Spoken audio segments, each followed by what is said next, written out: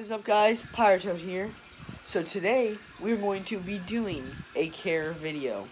Now this care video is going to be all about crested geckos.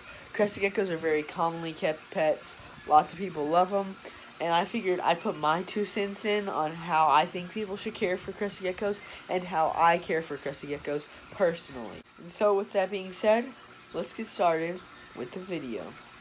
Okay, so first off, we're here with my female crested gecko Apollo. She's my breeder. She produces all of the babies that I have for sale. So she is my adult. She's the first crested gecko I've ever owned. And I love this girl so much. So starting off from the top, we're going to be going over lighting. Now with crested geckos, lighting is very basic. Being that they're a nocturnal species, they don't need UVB. And they're from, it typically stays around room temperature. So as long as your house is around 72 to 75 degrees, obviously the temperature can fluctuate a little bit from that, then you're good. Crested geckos, you don't need heat nor UVB. I just like to keep this LED light on her.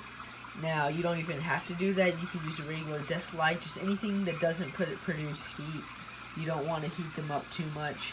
Now, this light's being that she's in a live planted tank, I like to have really good lighting on her. Also, because of the fact that she's just kind of spoiled, she's my baby. She's also getting this real nice light. This light was about $100. It comes with this remote and all this good stuff. So say I want it to go to this dark color, you got this real nice darkness. Or say I wanted it to be this color, boom, now it's daytime. So there's all sorts of different settings I can put it at. But as I said, with lighting on crested geckos, it's very basic. Just get a regular desk light as long as it doesn't produce heat or anything like that. Just something to brighten up the tank, and you'll be perfectly fine. Now, if you do live tanks like that, then you want a nice LED light to help your plants grow. But otherwise, you're pretty good with just a very simple desk light. Let's continue on. Now, moving down under bedding, we're actually here with Godzilla, my male crested gecko. He breeds with Apollo, and he is the male. Just take a nice little look at him. So he's the male that also helps produce the babies. This is his enclosure. I have them separated just because it's their off season. And then once spring hits, I'll breed them again. Bedding on these guys, bedding can be very simple.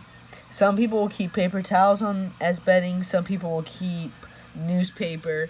I tend to keep just either Eco Earth or the Jungle Mix, the Zilla Jungle Mix. Either one works as a basic bedding. Now, once again, if you want to do a bioactive setup, things are going to change a lot. Bedding type you're going to want to change. But with just regular Eco Earth, you'll be perfectly fine. So I have some leaf litter there for some decor, and the Jungle Mix at the bottom. And it does the job really well. It holds humidity well.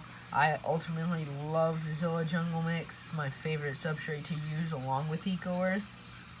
But yeah, with bedding, just throw some Eco Earth at the bottom or paper towels, whatever works best for you. If you want a quick clean, use paper towels.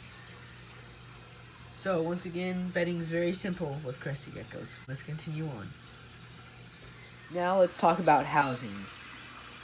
Now, since crested geckos are arboreal, which means they're going to want to go higher up as opposed to crawl across the ground, you're going to want a lot of height with them.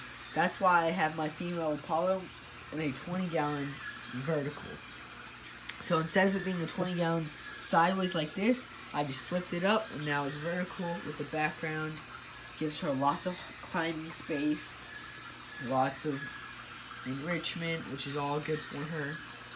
Another thing you can keep your crested geckos in is just the standard 12 by 12 by 18. Now, eventually, it might outgrow that. Some people say it will, some people say it won't. A 20-gallon will last an adult enclosure its whole life. Now, this door, I actually got courtesy of Southern Reptile Supplies. So, unless you want to build your own door, you won't be able to just flip it sideways and say you're done. You're going to want to have a door, obviously, that is secure so that your gecko won't be able to escape. And this is the door I use. It's an acrylic door. It's got a locking mechanism. It's got all sorts of ventilation. It's got a hole if you wanted to hook up a monsoon or anything like that. As you can see, that's what it looks like at the bottom. So yeah, this acrylic door, you use M1. You don't want to use regular silicone. You want to use M1 since it's really, really strong. I go all the way around and it creates a watertight seal. Yeah, with an adult, a 20-gallon vertical works. 12 by 12 by 18 works depending on your opinion. Or if you want something like an 18-18-24, that'll also work as well. So let's continue on. Now with diet of Crested Geckos, it's very basic. Diet, once again, like everything else, is very simple. You can do Pangea. I like Pangea a lot. This stuff, it's the way to go. What you do is you'll mix this powdered diet with water, dechlorinated water. You don't want to use just regular faucet water. We'll get into that in a minute. But mix this with water, stir it around, and create like a ketchup-like consistency. Feed that to your Crested Gecko, and you'll have a happy gecko. There are many flavors of Pangea. The kind I personally use is the watermelon. Watermelon works really well. A lot of geckos like the flavor of the watermelon. I don't know what it is. A lot of people I know feed their geckos the watermelon Pangea. And this is the big bag. You obviously, when you get your guy, you don't need that much. There's smaller bags and little tiny amounts that you can buy, which will work perfectly fine. But since I've got so many geckos, I have to get like the 16-ounce bag, which is this bag, the really big bag. But this will work perfectly fine. Now, another thing is you can supplement your Crested Gecko with crickets, roaches, worms, things like that, calcium, dust them, but you don't have to. So if you're squeamish about insects, a Crested Gecko is definitely a good pet for you because you don't have to feed them insects. Now, if you want to, as I said, to supplement their diet, you can. But with a Crested Gecko, it can live off of just Pangea. So yeah, let's continue on to hydration. Now, with hydrating Crested Geckos, obviously the only thing you want to give them to drink is water. But there's a few things that you got to look out for. Now, a lot of people will give their geckos just straight sink water. That's not good for them. That can actually cause them to die, being that the sink water has chlorine and other chemicals that us as humans can withstand, but little geckos like that with smaller bodies cannot withstand that chlorine. So I use ReptiSafe, another product by ZoomEd. You add a couple drops of this to a bottle of water, and all the chlorine is gone. It also adds electrolytes and minerals, so it makes your water even healthier for your Crested Geckos. So ReptiSafe is the way to go. As you can see, I purchased this bottle for $8. Also from Southern Reptile Supplies. I get all my supplies from Southern Reptile Supplies. But ReptiSafe, definitely look out for some of this. There's also smaller bottles of this, and this will dechlorinate the water and make it safe for your gecko. Now we're going to be going over decor. Now with Crested Geckos, once again, being as simple and basic as they are, you don't need too much fancy stuff. The main thing I suggest is give them some fake plants, things like that. Fake plants across the back, across the side, all the way down. Very important. They hide in these plants and they drink from these plants. When you proceed to spray them, all that water that builds up on the side of the tank, on the glass, and on the plants, say with the bromeliad here, they're going to drink out of. So you don't need a water bowl with these guys. That's another super cool factor about them is you don't need a water bowl, being that they drink off the leaves. So as long as you spray them down twice a day, you're good.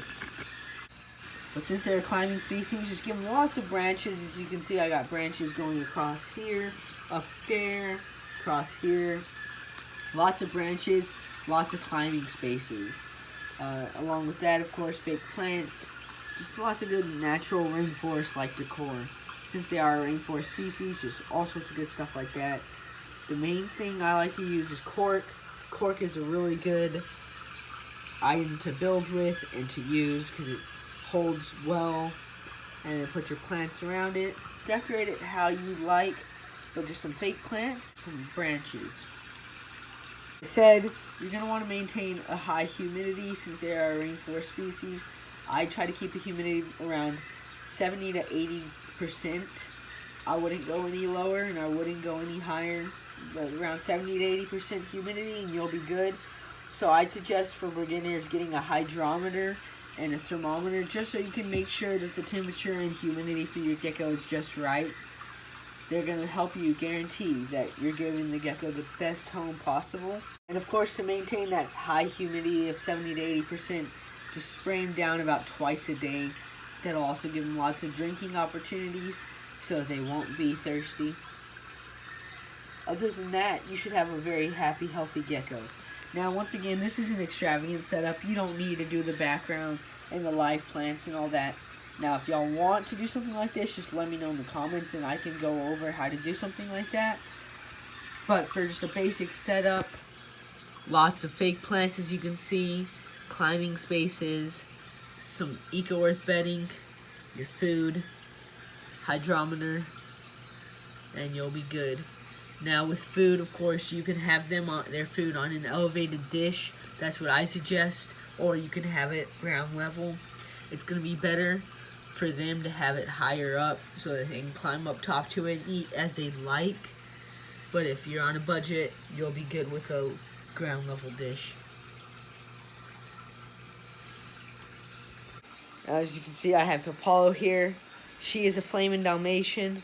That's another cool thing about crested geckos, is as you get into them, there are hundreds and hundreds of different colors and patterns and genes. So, say you want to breed them, there's different colors and variety that you can get. It's not just one colored crested gecko.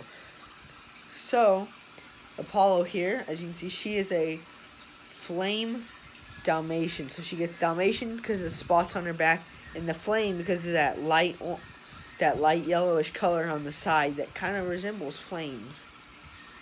That's Apollo. This girl I actually got quite a while ago, and she was my first gecko. Let's see if we can get her to... You gonna jump, Apollo? Whoa. She's on the lens, guys. How? Hey, ah! There we go. You ready, guys? You ready? So as you see, there's just so much fun. They're awesome to just hang around with.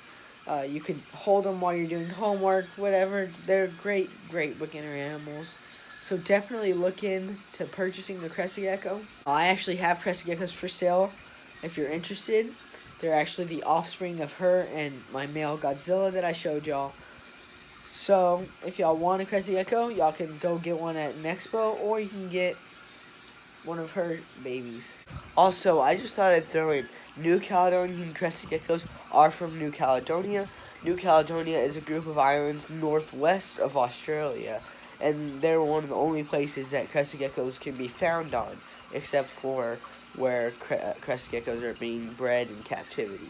So with that being said, that has been the care of crested geckos. Crested geckos are super great beginner geckos, lots of fun. Great beginner pets, good for young children, especially for kids who want to hold them a lot. Lots and lots of fun they are. As I said, they come in so many colors and varieties, so it's not like you're just getting one gecko with one color. There's lots of color to them. They're hardy, so they're not going to die very easily. And they're pretty simple to care for. I hope you guys did enjoy that video. Let me know if you had any questions, comments, or suggestions. I will happily answer you. And if I forgot anything, I'll be sure to let you know. But otherwise, that's been it with Pyro Toad. More videos soon. I'm still kind of under the weather, so sorry if this video is a little short. Sorry about the congestion. And that's been it. Leave a like, leave a comment, subscribe. Basically the same thing every YouTuber says. And I will see you guys in the next video. Peace out.